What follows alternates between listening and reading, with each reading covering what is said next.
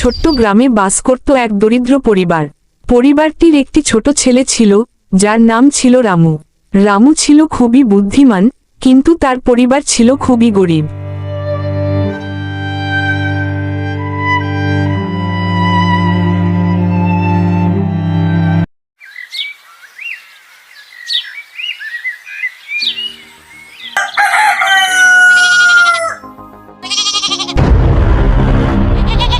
একদিন গ্রামে একটি অদ্ভুত ঘটনা ঘটল।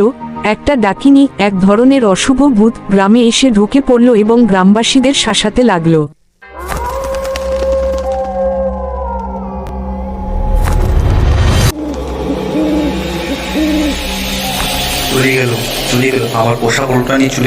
ডাকিনী তাদের বাড়ি থেকে সবকিছু চুরি করে নিয়ে যেত।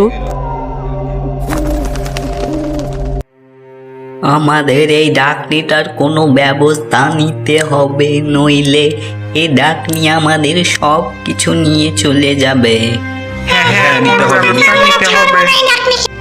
ডাকিনী তাদের বাড়ি থেকে সবকিছু চুরি করে নিয়ে যেত, এমনকি তারা কিছু বলতে গেলে তাদের ভয়ঙ্করভাবে আঘাত করত।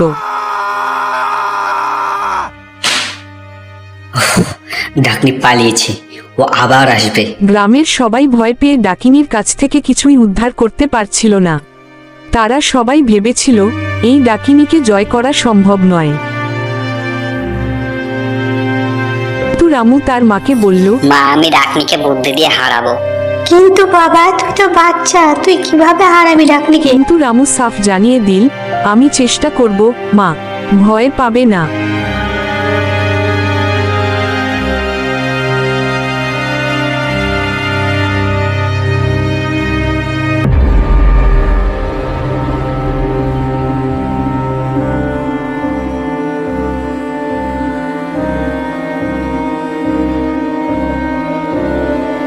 রামু একদিন রাতে যখন ডাকিনী গ্রামে ঢুকে পড়ে, সে ডাকিনীর সামনে দাঁড়িয়ে বলল, তুমি গ্রামে এসে এত ধ্বংস করছো কেন?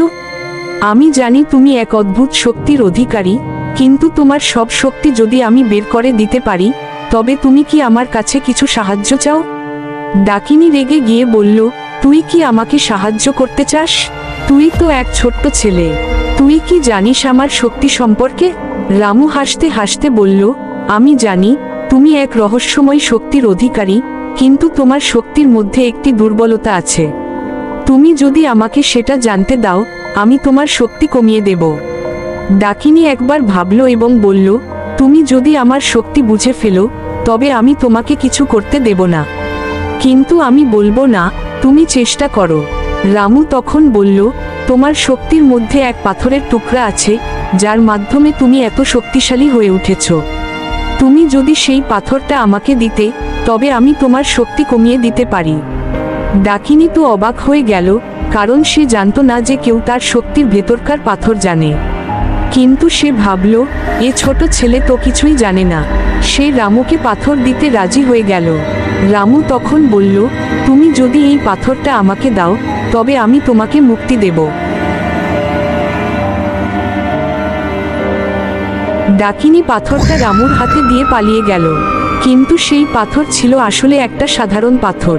রামু জানত ডাকিনী তার সব শক্তি পাথরের ওপর নির্ভর করে।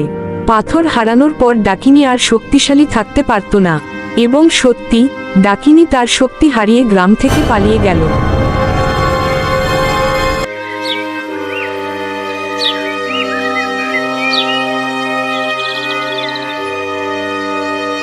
গ্রামবাসীরা রামুর এই বুদ্ধি দেখে অবাক হয়ে গেল। তারা জানত একমাত্র বুদ্ধি ও সাহস দিয়েই ডাকিনীকে হারানো সম্ভব ছিল, আর রামু তা করেছে।